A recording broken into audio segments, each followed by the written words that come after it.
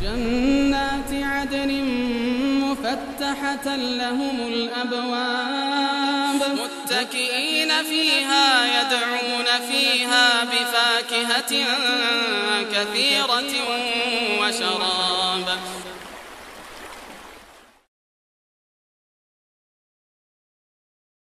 Bismillahirrahmanirrahim. Assalamualaikum warahmatullahi wabarakatuh.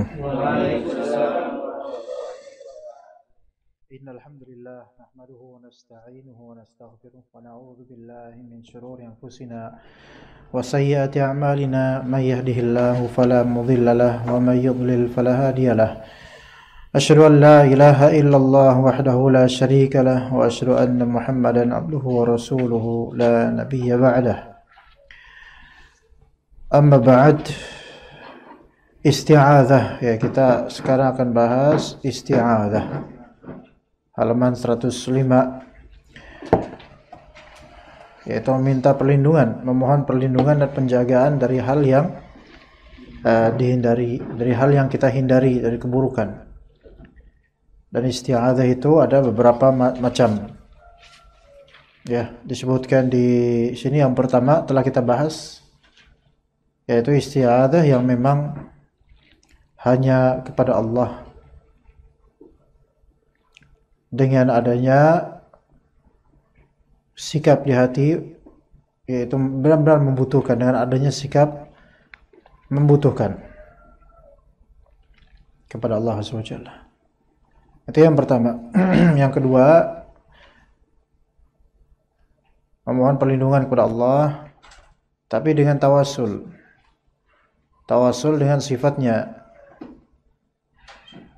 seperti bertawasul dengan kalam Allah, kalimat Allah, bertawasul dengan izzah atau azamah, keagungan, kemuliaan, ya, bertawasul dengan sifat-sifat Allah. Seperti contoh, a'udzu bikalimatillahi tammati min syarri ma khalaq. Aku berlindung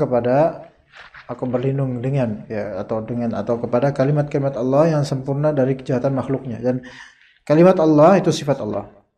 Di antara sifat Allah, kalimat Allah, yaitu apa yang dikatakan oleh Allah. Berlindung atau bertawassul dengan sifat-sifat Allah itu boleh. Ya. Namun sifat-sifat Allah ini bukan makhluk, bukan hal yang terpisah dari Allah, bukan.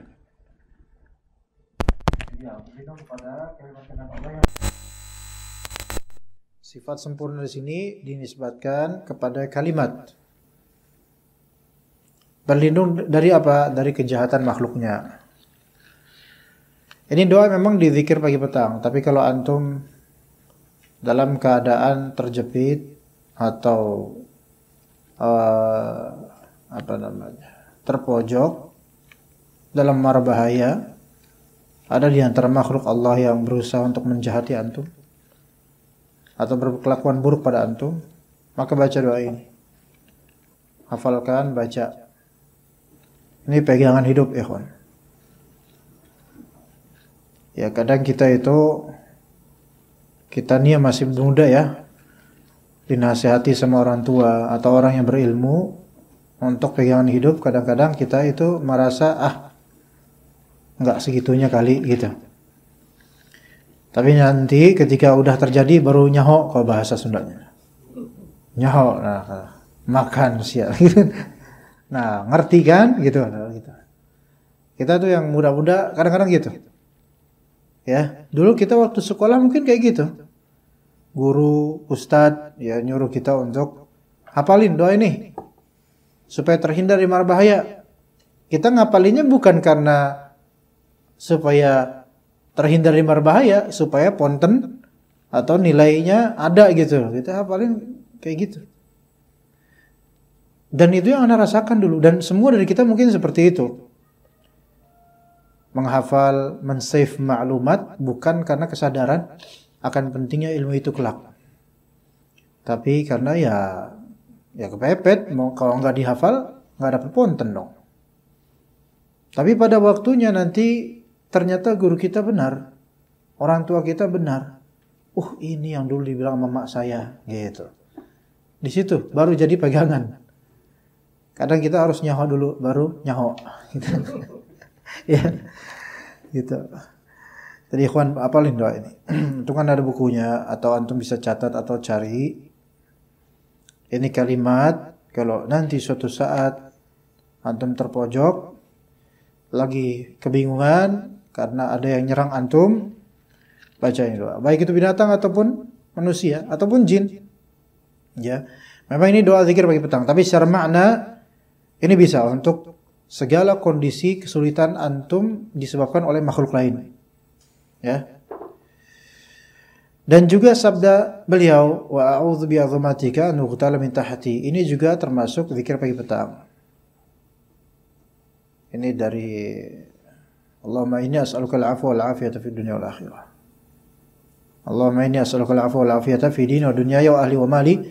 Allahumma astur 'awrati wa amin rawati. Allahumma ihfazni min bayni yadayya wa min khalfi wa 'an yamini wa 'an shimali wa min fawqi wa a'udzu bi'azamatika an ughtala min tahti. Aku berlindung dengan keagunganmu dari terbinasakan dari arah bawahku, yaitu jangan sampai kejeblos ke tanah, ke bawah. Ya, atau lagi di gedung lantai 10 tiba-tiba jeblos ke lantai bawah, itu termasuk berlindung dari hal-hal seperti itu. Ya, mengerikan, hal itu mengerikan. Orang kalau udah kejeblos ke bawah tanah itu serem. Ya. Dan juga doa ketika sakit, a'udzu bi'izzatillahi wa qudratihi min syarri ma ajidu wa uhadhir. Saya berlindung kepada keagungan dan kekuasaan Allah dari keburukan yang saya temui dan takuti. Sabdanya lagi, a'udzu biridhaka min sakhatik.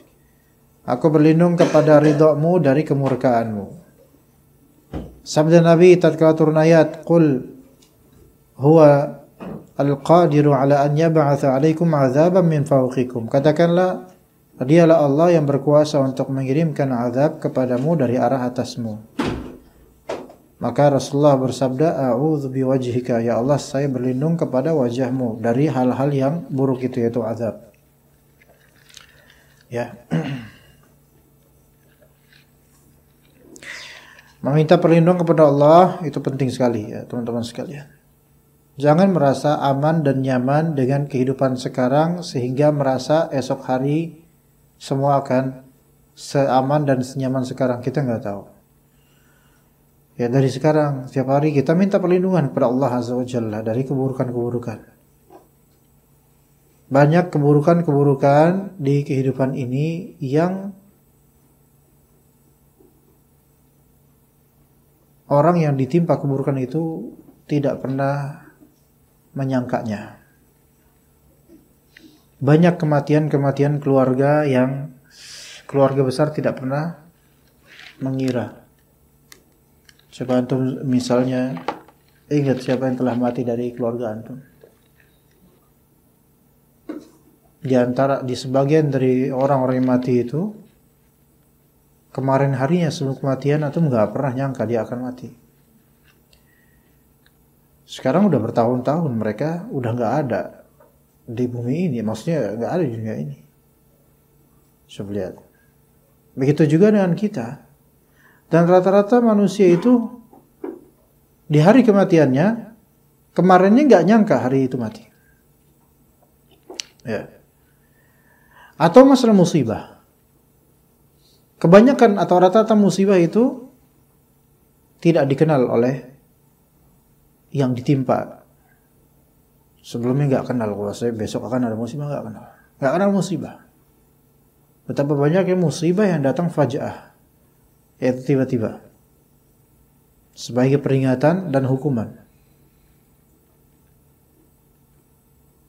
Kalau antum merasa masih belia, muda dan jauh dari musibah, itu musibah.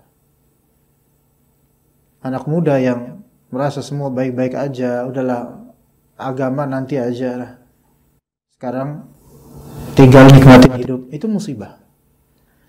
Enggak memikirkan dosa pahala, itu musibah.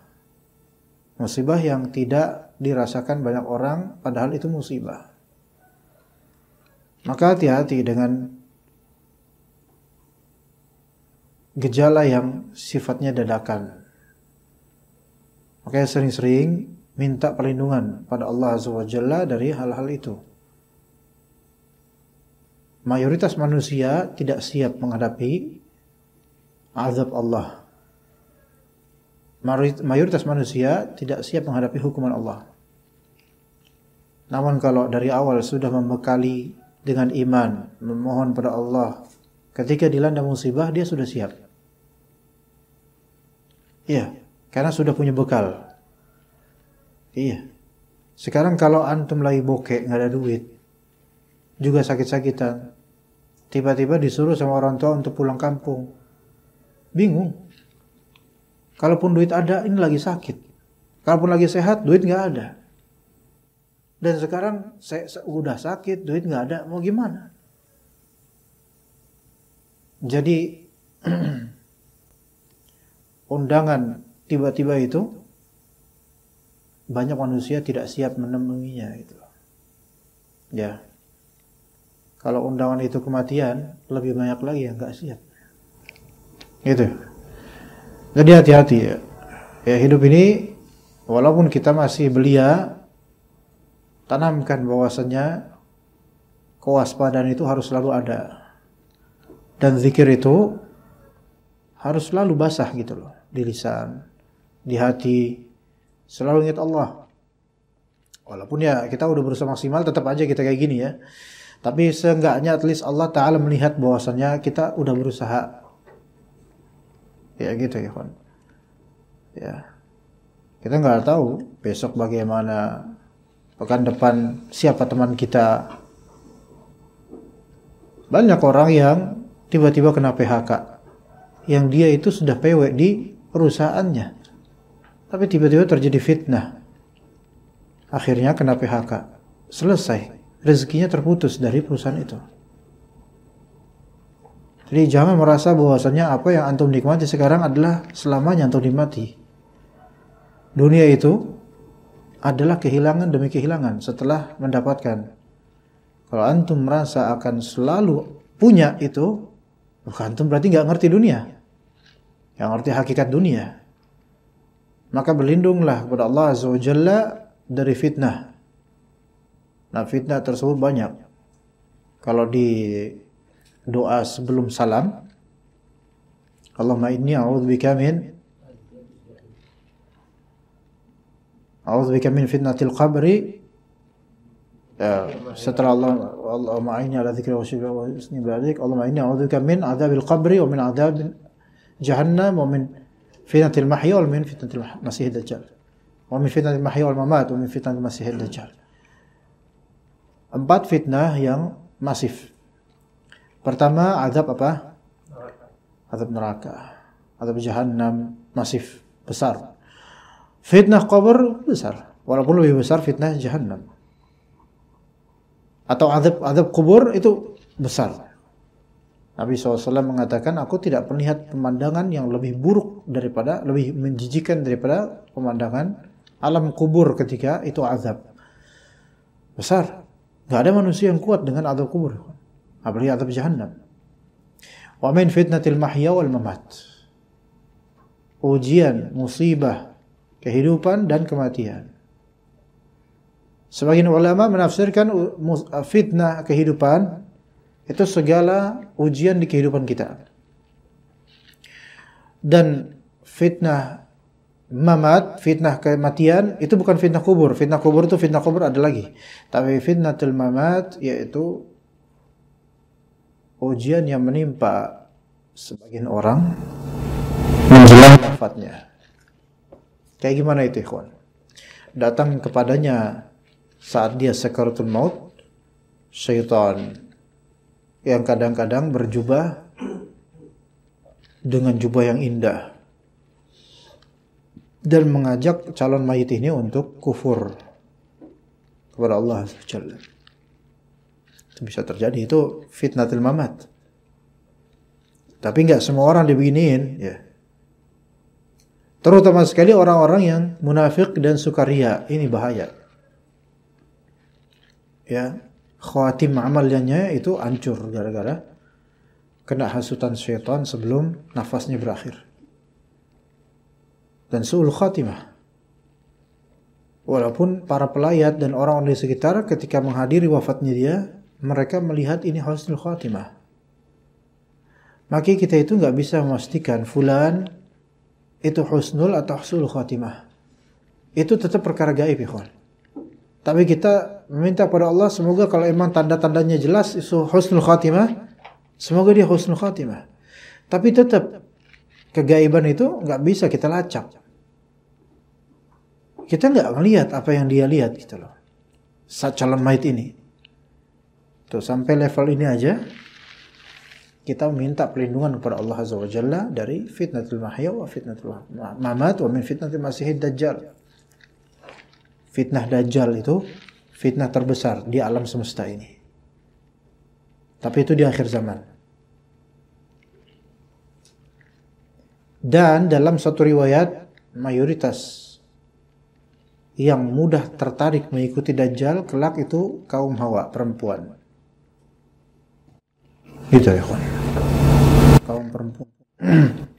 Sampai diriwayatkan bahwa kelak para suami dan para bapak ketika tersebar berita tentang munculnya Dajjal, itu mereka langsung menggebok rumah-rumah mereka dan kamar-kamar istri dan anak mereka supaya jangan sampai ada yang keluar dari perempuan di rumah itu.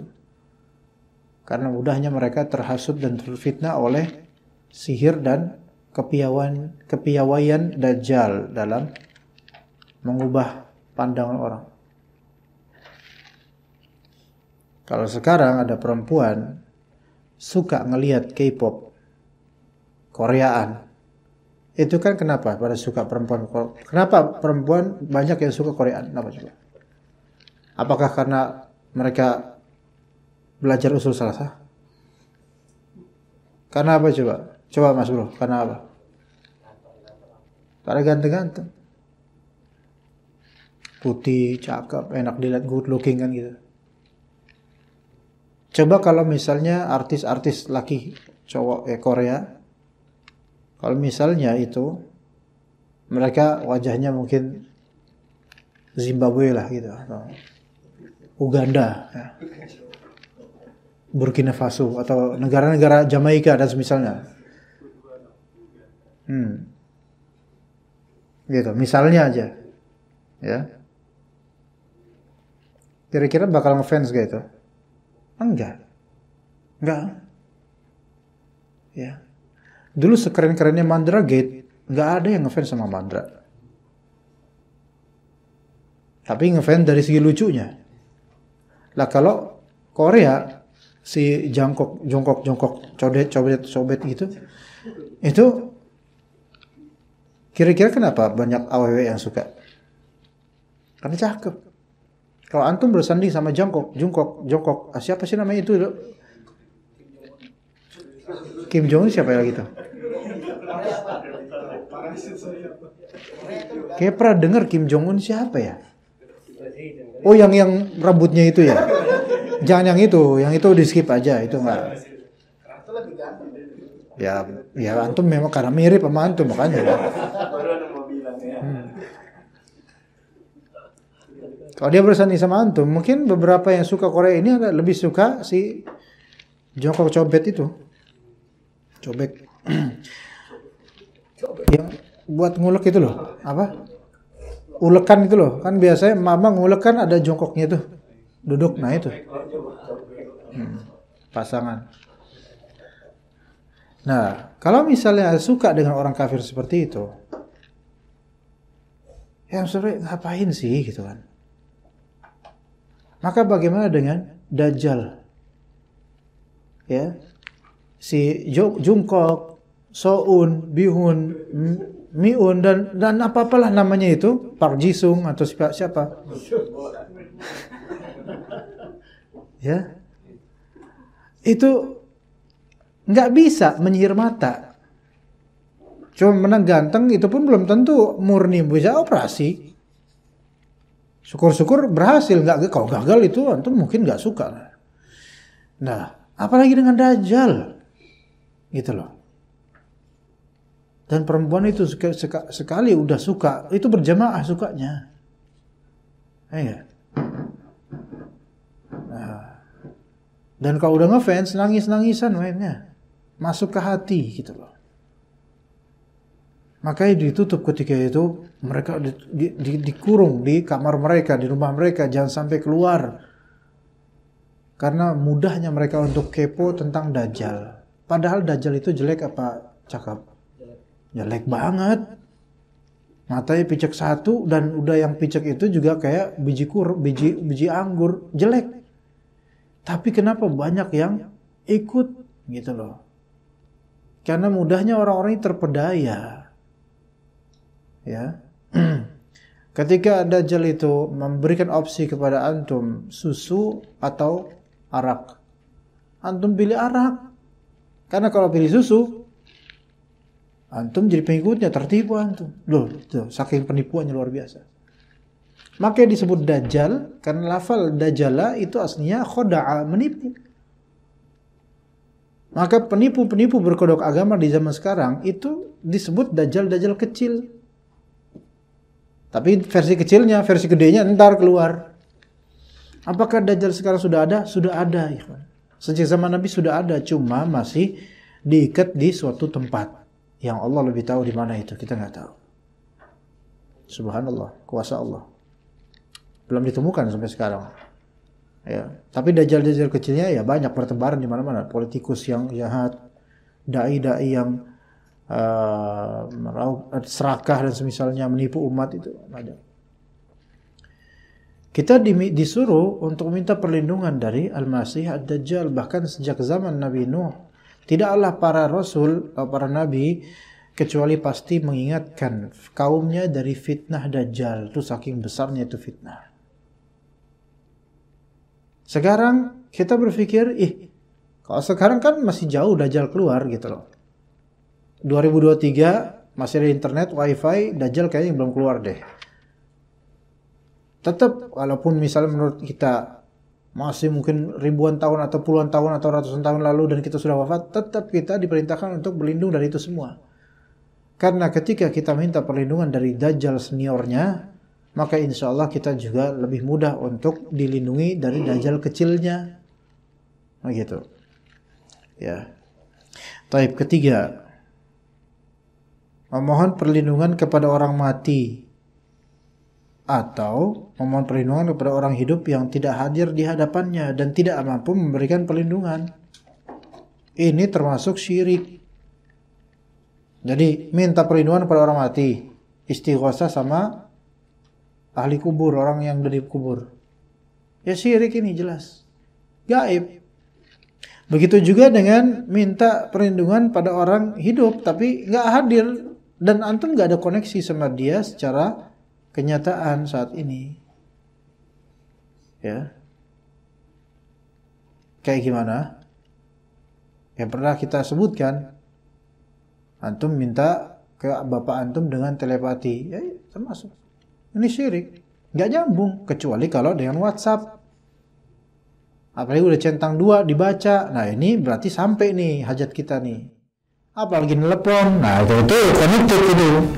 Lah kalau secara telepati, jangankan jauh di kampung Ciamis. Ana sama antum aja, kalau ana diem ngomong apa, antum nggak tahu ana ngomong apa. Ya enggak? Coba mas. Nih lihat. Tatap mata saya. Pindah. Apa yang pindah nih? Pintar. Ana nggak pintar akhi antum, jangan terlalu muji ana. Jangan. Justru ana khawatir bodohnya antum pindah kan. Enggak. Afwan. Antum masya Allah, antum hamba Allah yang mulia antum. Tadi tahu nggak apa yang ana omongin di hati ana? Nggak tahu. Berarti bagus ini, masih bagus, normal.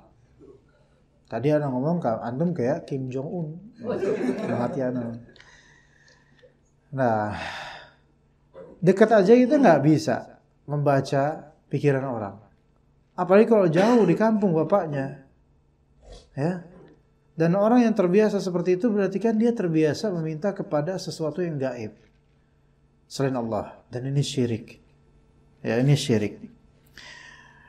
Karena kata Allah Azza wa Jalla wa annahu kana rijalun minal insi ya'udzuuna birijalin minal jinni fazaduhum rahaqa.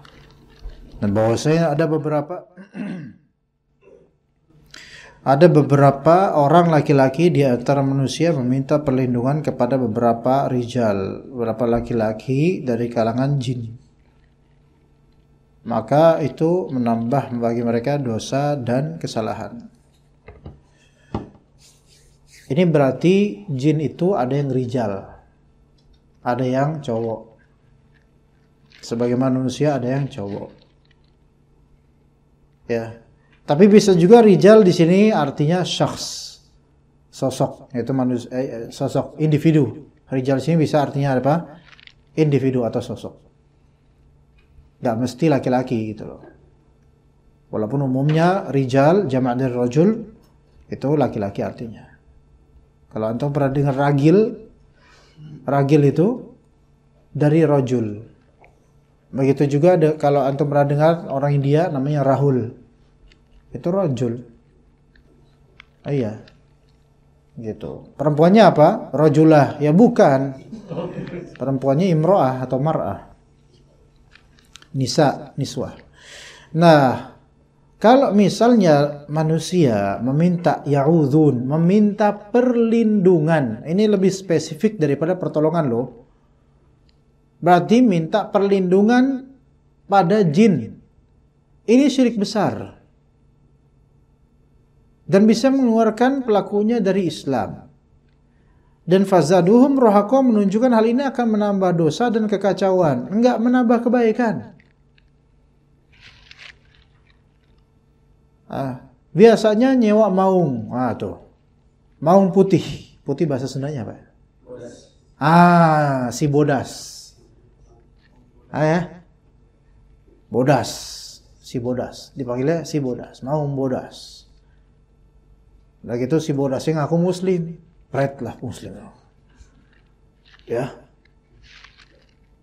Ada salah satu praktisi supranatural yang juga populer di YouTube sekarang. Anda nggak tahu seberapa udah populer banget yang live streamingnya atau primernya tuh berapa ribu orang yang ikut. Masya Allah.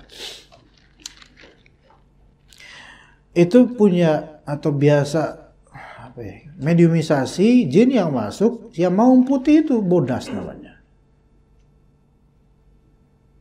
Itu. Untuk penjagaan, mau seperti itu kan biasanya kalau di Sunda kan kayak gitu, mau itu buat penjagaan, ya safety, ya.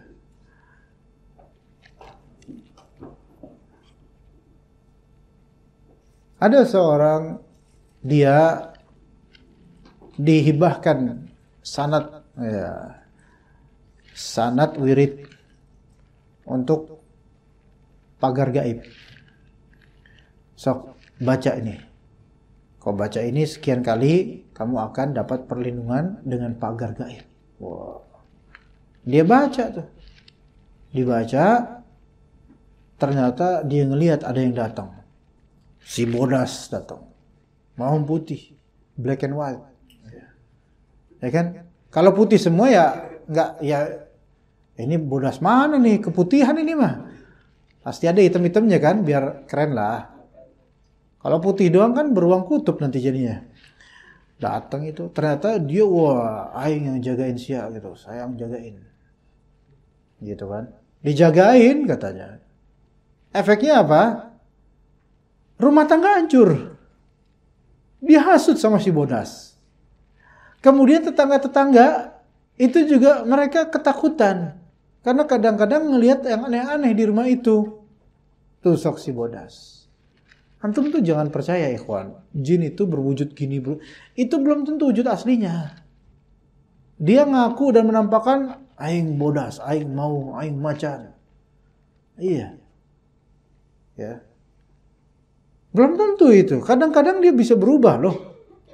Tiba-tiba jadi pocong. Kalau lagi memang kepepet mungkin jadi pocong, tergantung sewaan. Kontraknya gimana? Antum jangan percaya dengan kuntilanak, ini wujud asli ini. Belum tentu.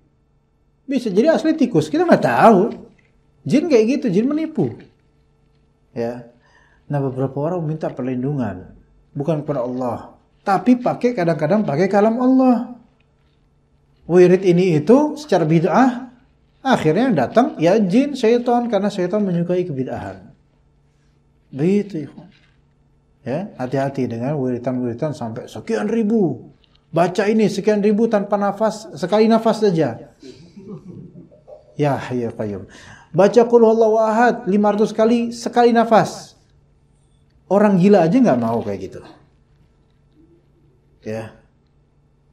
Misalnya baca kayak gitu. Wah. Datang nanti putri, ya. Putri jin. Ditipu, itu bukan putri, itu putra. Iya. Nah, hati-hati, ikhwan. Atau kalau diberikan ijazah atau sanad wirid-wirid yang macam-macam, tolak, jangan ikut, jangan iseng. Walaupun iseng, syaitan suka. Ada seorang ikhwan di Cilandak waktu ada isi kajian di daerah Cilandak di kantor, sebuah kantor lah. Dia cerita, ada teman, ini teman Anda langsung melakukan. Dia dapat ijazah wiritan, baca ayat kursi sekian ribu kali, nanti akan ada khodam yang bantu antum, gitu katanya. Akhirnya dia baca itu, tapi harus sambil merem bacanya dan nggak boleh skip, nggak boleh stop. Artinya, ya boleh nafas normal, tetapi baru selesai wiritan itu kalau udah tunai sekian ribu itu selesai, baru dia boleh selesai aktivitas normal. Paham nggak maksudnya? Jadi di satu majelis, di satu duduk itu, dia baca sekian ribu kali ayat kursi. Untuk niatan apa? Supaya dapat bantuan, dapat khadam. Maka dia merem terus. Seketika udah selesai sekian ribu itu, wah itu kan udah harus ninggalin beberapa kali sholat itu. Udah selesai, mau selesai nih, tiba-tiba dia terangkat tubuhnya, ngelayang. Pas ngelayang, dia melek depan kuntilanak. Jatuh, kaget, jatuh dia. Kata dia, semenjak hari itu, saya selalu ada yang menemani. Siapa? Ya Mbak Yu tadi. Ya itulah jadinya dapat. Ada seorang laki-laki kesurupan. Seorang laki-laki kesurupan. Diruqyah, enggak mau keluar jinnya. Jinnya perempuan. Diruqyah terus ditanya sama para peruqyah ini, kok kamu sampai sekarang nggak bisa keluar? Saya nggak bisa keluar, kata jin itu. Karena orang inilah yang manggil saya, kata jinnya. Saya nggak bisa keluar, ini mau keluar juga susah. Dia yang manggil saya, dia yang harus disadarin. Emang kenapa kok kamu bisa masuk sini? Pernah mungkin antum yang ceritain. Nama saya Laila, kata jin itu. Ini belum tentu benar ya. Maksudnya jin ini belum tentu benar, namanya Laila. Nama saya Laila, kata dia. Saya ini keseret ke tubuh ini gara-gara manusia ini tadinya disuruh apa? Baca la ilaha illallah. Semakin cepat, semakin ringkas, maka itu semakin dapat bantuan. Tadi la ilaha illallah, la ilaha illallah, la ilaha illallah. Semakin ringkas ini la ilaha illallah, la ilaha illallah, la ilaha illallah. Saya akhirnya keseret karena nama saya disebut-sebut terus. Saya masuk, jadi saya mau keluar susah karena saya la ilaha. Walaupun ini omongan jin ya, enggak 100% benar. Tetapi hal-hal kayak gini wajar karena syaitan suka dengan apa? Hal-hal yang sifatnya pembaharuan dalam agama padahal tidak ada dasarnya. Maka kadang-kadang seseorang itu melakukan wiritan bid'ah, sebenarnya hakikatnya dia sedang meminta perlindungan kepada jin. Begitu, hati-hati. Kadang-kadang bukan wiritan yang pakai Al-Quran atau hadis kadang-kadang. Tapi bagaimana mindset manusia itu? Ya. Kalau dibentuk ini ke jin, ya jinnya juga akan klik juga gitu loh. Kayak saya kasih contoh. Antum tahu lagu Lengser Wengi? Ngerti? Nggak ngerti? Ya udah, nggak usah kita bahas kalau gitu. Alhamdulillah lah. Lengser Wengi itu loh. Perempuan yang nyanyi, itu kan sebenarnya lagu soundtrack di suatu film. Kekinian itu film tahun 2010-an sekian gitu loh. Belum lama kok itu film. Anda juga nggak tahu film apa. Tapi lagu ini sejak diorbitkan itu merupakan lagu yang banyak orang menganggap ini lagu pemanggilan arwah atau setan. Padahal ini lagu Roman Picisan. Cuman karena nadanya kekejawenan, terus kayak nada itu bikin merinding gitu loh. Jadi disugestikan bahwa ini lagu bisa manggil jin. Padahal semua lagu itu manggil jin. Iya. Semua lagu itu manggil jin. Bukan yang serungi doang. Cuman karena nadanya yang bikin merinding aja. Iya. Lagu kuburan band. Itu juga mengundang jin. Semua lagu. Iya. Lagu perdamaian pun ya, mengundang jin juga itu. Walaupun kasidahan. Setan suka dengan yang seperti itu yang bukan zikir, ikhwan. Walaupun dibalut dengan hal-hal zikir. Maka mudah kok menghadirkan jin itu mudah, nggak usah mediumisasi, nggak usah apa. Mudah, bermaksiat aja. Maka jin itu akan mendekat, suka. Tapi ketika antum taat, maka jin akan menjauh. Begitu. Keempat, memohon perlindungan kepada sesuatu yang mungkin dapat dijadikan tempat berlindung atau sasaran perlindungan seperti manusia, tempat, naungan misalnya atau lainnya. Ini diperbolehkan selama memang logis dan mampu dia. Sebagaimana Nabi SAW tatkala menyebutkan beberapa fitnah. Man tasharrafa laha tastashrifuhu wa man wajada malja'an aw ma'adan falya'udz bih. Barang siapa mencari-cari fitnah, ia akan terjerat olehnya. Bahasa kita sekarang, jangan ngadi-ngadi deh. Jangan macem-macem ente. Jangan nyari-nyari deh. Jangan nyari perkara. Jogolek perkara gitu loh. Nanti kalau udah kena, terjerat, repot gitu kan. Nah, dan barang siapa mendapati tempat untuk berlindung atau berteduh dari fitnah, maka hendaklah ia berlindung dengannya. Gitu. Jadi boleh ya, ketika terjadi tawuran, antum ngelipir kemudian sembunyi di balik tembok misalnya. Nah, ini boleh. Ini nyari wasilah perlindungan. Ya, begitu boleh. Dan Nabi SAW menjelaskan bentuk perlindungan dengan sabdanya, "Faman kana lahu ibilun falyalhaq biiblih." Siapa yang memiliki onta, maka hendaklah dia yalhaq menemui ontanya.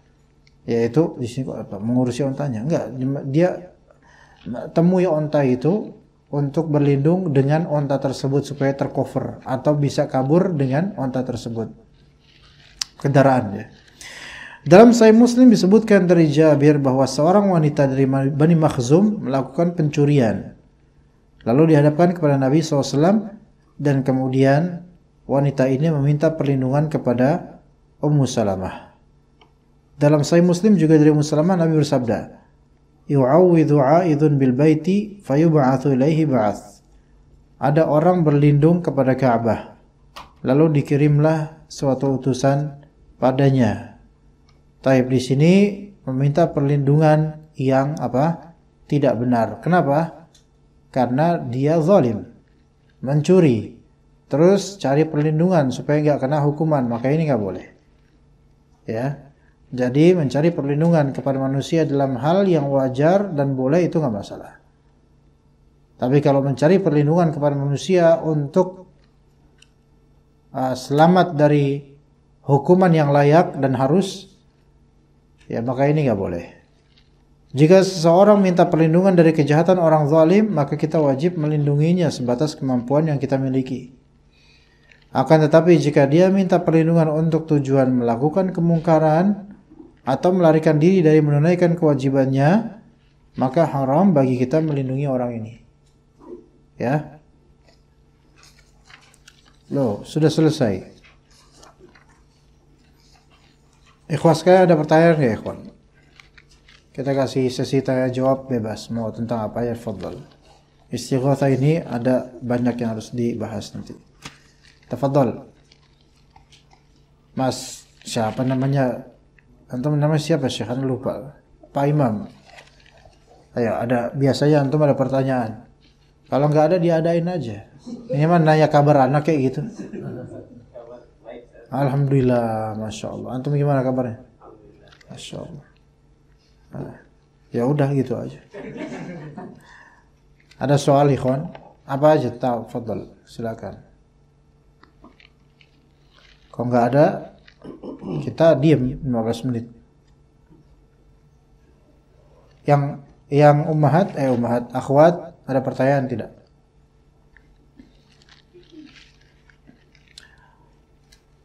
Minta perlindungan kepada Allah misal juga setelah mimpi buruk.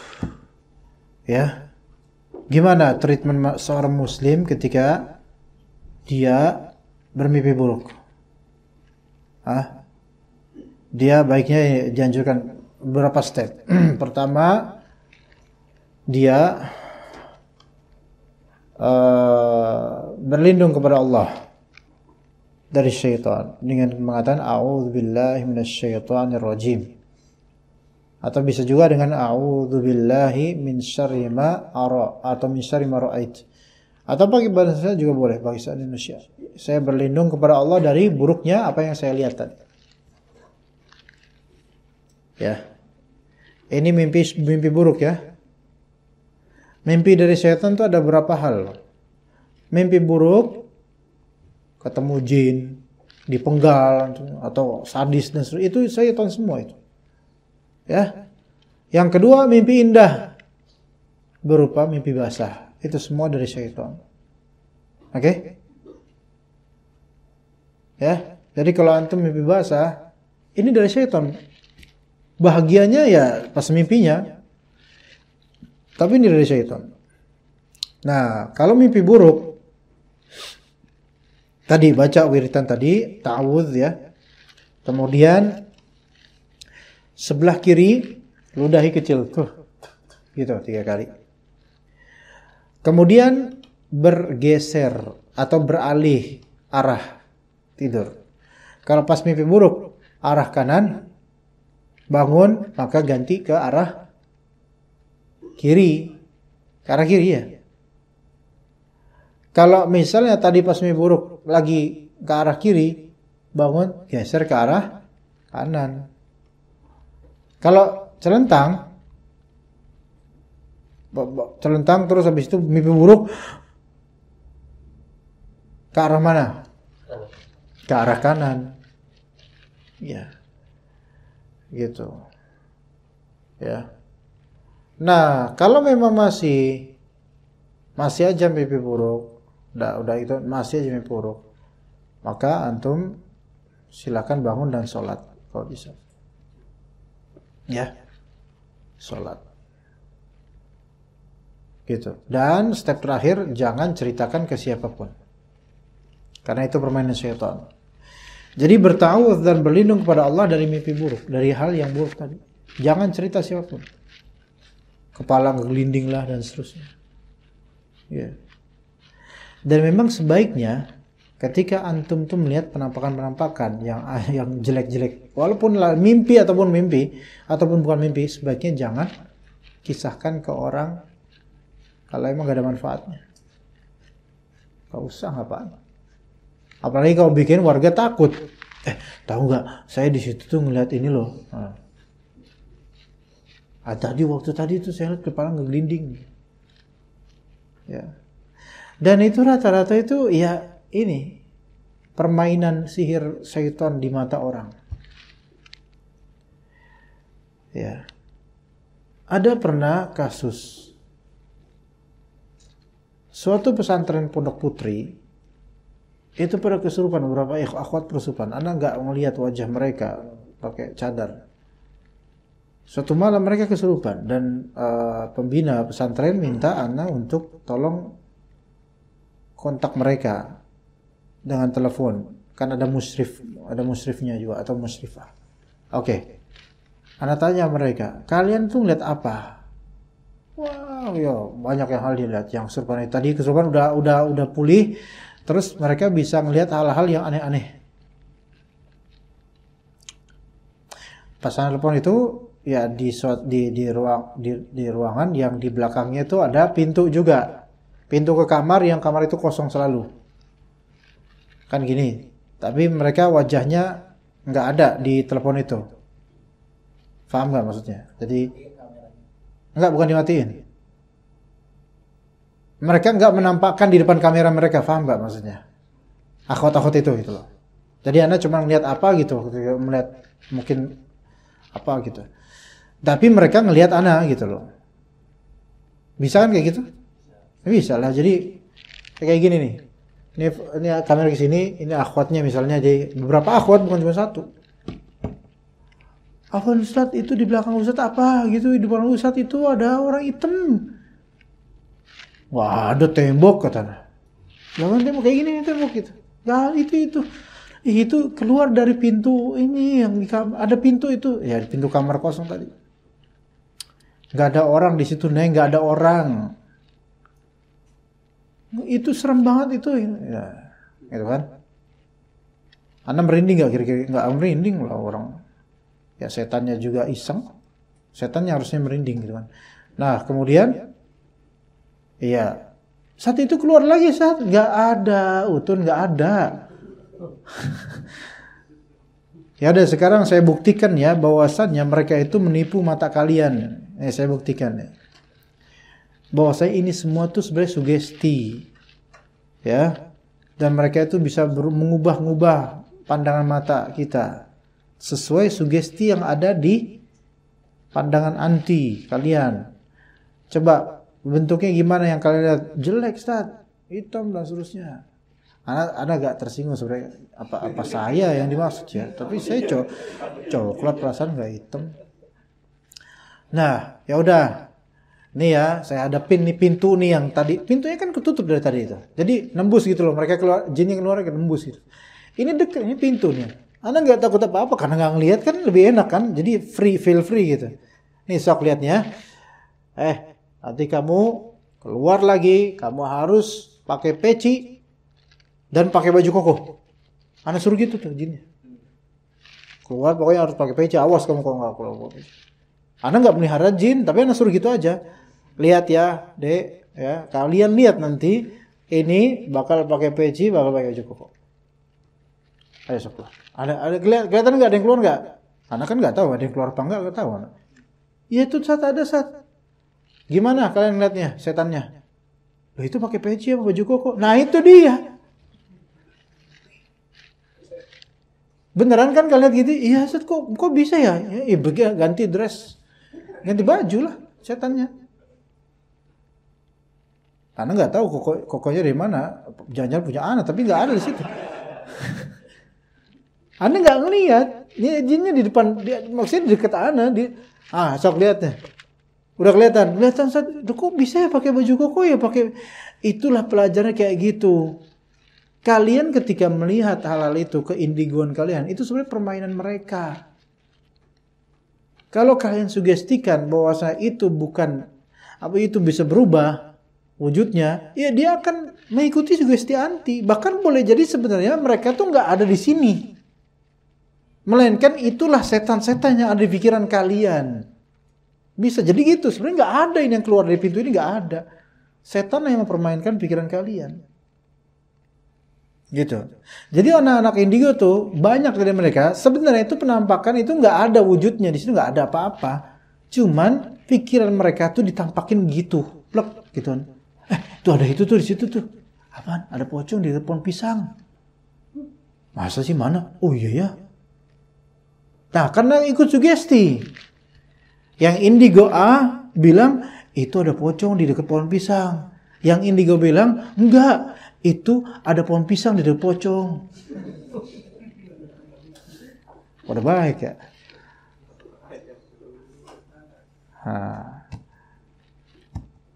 Ketika di mimpi, begitu juga di mimpi. Kita berlindung kepada Allah dari mimpi yang kita lihat. Apakah itu sebenarnya ada mimpi itu? Apa maksudnya? Emang kayak gitu jinnya, ada kepala gelinding, kepotong ini itu. Enggak ada, itu cuman permainan. Gitu loh, permainan sihir mereka terhadap pandangan mata kita di mimpi. Walaupun kadang-kadang bisa jadi ada yang memang benar itu jin menampakkan diri di Mimpi antum bisa, bahkan bisa mencekik, bisa aja. Cuman itu sesuatu yang nadir ya, jarang. Walaupun ada terjadi ya. Gitu. Wallahu a'lam. Oke, ada pertanyaan Ikhwan di sini? Ya. Waalaikumsalam warahmatullahi. Kayak wiritan tadi Ustaz yang tidak sesuai sunnah gitu Ustaz, itu kan bisa mendatangkan jin.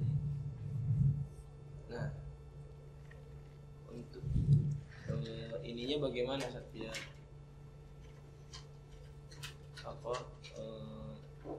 Bersih gitu. Takutnya dulu kita nggak tahu gitu kan, pernah wirid yang nggak sesuai sunnah, kita nggak tahu itu ada jin apa enggak gitu. Dan maksudnya biar terbebas. Gini Mas Bro. Wirid itu kebid'ahan, segala bid'ah apapun itu, mau dari segi wirid atau perbuatan, memang mengundang jin untuk menyukainya, tetapi tidak melazimkan itu akan membuat jin itu nempel terus di pelakunya, nggak mesti. Karena gini, wiritan itu kan lafal ya. Lafal itu seperti Morse atau seperti simbol, atau dia tuh ada kriteria lafal-lafal yang membuat jin itu bercokol, itu ada. Ya. Makanya kalau antum lihat kertas-kertas santet atau sihir atau penglaris, kadang-kadang kan ada tulisan bahasa Arabnya macam-macam tuh. Emang itu dikira ngasal? Enggak ya, itu enggak ngasal. Itu memang ada itu, simbol-simbol itu ya. Distorsi dan pencampur adukan antara Al-Quran dengan kalam-kalam aneh. Itu gitu. Biasanya, kayak misalnya, tumben nggak ada ini. Misalnya ada nggak usah pakai bahasa Arab, mih diulang-ulang. Itu sebenarnya itu pemanggilan. Nah, sekarang ada juga yang membuat itu memanggil syaitan atau jin, biasanya dengan wiritan memang mungkin dari Al-Quran, tapi dengan penentuan yang impossible seperti sekian ribu kali, dan kemudian disebut khasiatnya untuk ini, itu kan akan membentuk akidah baru, keyakinan bahwasanya oh ini syariat nih, kalau ini bid'ah. Syaitan senang tuh, terundang di situ. Karena apa? Ini bisa dimasukin karena orang ini akidahnya udah jebol dengan hal ini gitu loh. Seperti itu. Kalau dulu ternyata pernah melakukan hal seperti itu dan terasa banget adanya dorongan gaib atau bantuan yang nggak biasa gitu, maka lihat apakah kita sudah taubat dari wiritan itu dulu. Dan yang kedua, apakah fitur yang disediakan oleh jin itu berupa bantuan masih kita pakai atau enggak? Itu dilihat. Kalau ternyata udah nggak dipakai lagi, lihat kita udah taubat nggak dari itu. Kalau belum taubat, berarti belum lewat. Jin itu masih ngintai antum. Gitu ya. Seperti itu. Tapi harus taubat dari hal tersebut dan mengakui itu kebid'ahan dan dosa. Kemudian tidak memakai fitur yang mereka tampilkan. Fiturnya seperti apa? Di antara fitur yang terbesar adalah suudzon pada orang. Di antara fitur yang terbesar ada bisikan bahwa ini ada khodamnya nih, ini ada khodamnya. Paham nggak? Tahu nggak kayak gitu? Orang yang dulu pernah pakai tenaga dalam yang memakai ilmu-ilmu kayak gini, dulu sangat kenceng intuisinya atau instingnya itu kenceng. Dia tahu siapa-siapa yang pakai, siapa-siapa yang enggak. Kalau fitur itu walaupun bertobat, fitur itu masih diamini, berarti belum taubat ini. Berarti masih bercokol, jinnya itu masih nunggu momentum. Gitu. Maka hati-hati dengan firasat yang tajam mengenai ini pakai jin ini. Kalau kita amini terus hal kayak gitu, ya berarti jinnya kepake dong. Karena dia tuh ngebantu antum mungkin karena antum wiritannya udah nggak ada lagi atau antum nggak melakukan amal-amal buat dia, fiturnya paling fitur-fitur sederhana kayak gitu.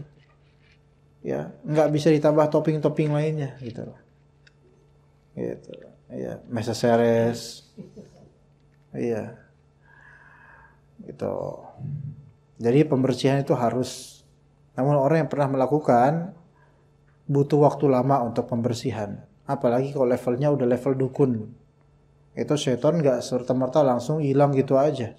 Dia akan menuntut, ya, mana feedback dari dulu janjimu gitu. Fitur kami masih kamu lakukan, kamu gunakan, ya. Dan ini disewakan fitur ini, ya gitu, harus ada bayaran gitu. Seperti itu. Sebenarnya para indigo itu mereka tuh menikmati fitur dari syaitan. Gitu. Ya, begitu. Waalaikumsalam jazakumullah khairan. Tapi mungkin cukup sampai sini insyaallah. Mudah-mudahan kita ketemu di pekan pertama bulan depan insyaallah. Jazakumullah khairan jazak teman-teman atas kehadirannya. Semoga bermanfaat. Sallallahu ala nabiyina Muhammad wa ala alihi wa sahbihi ajma'in. Subhanakallahumma bihamdika asyhadu an la ilaha illa anta astaghfiruka wa atubu ilaik. Wassalamu alaikum warahmatullahi wabarakatuh.